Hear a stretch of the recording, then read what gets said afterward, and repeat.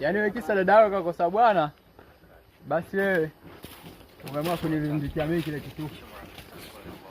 Wewe mtu umekaa kwa extinguisher, akivaa dela jekundu anakuwa kama kibanda cha M-Pesa. Nakata.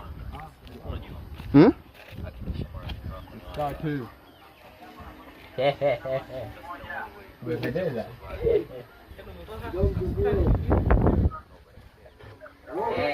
Mbona kama nguo dada yangu? Songo akapia.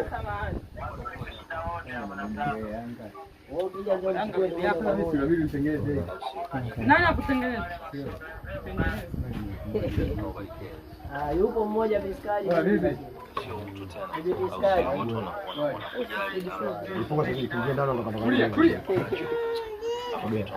Naona uko airport, maisha mazuri kaka, unashuka kwenye ndege. Ni wazito.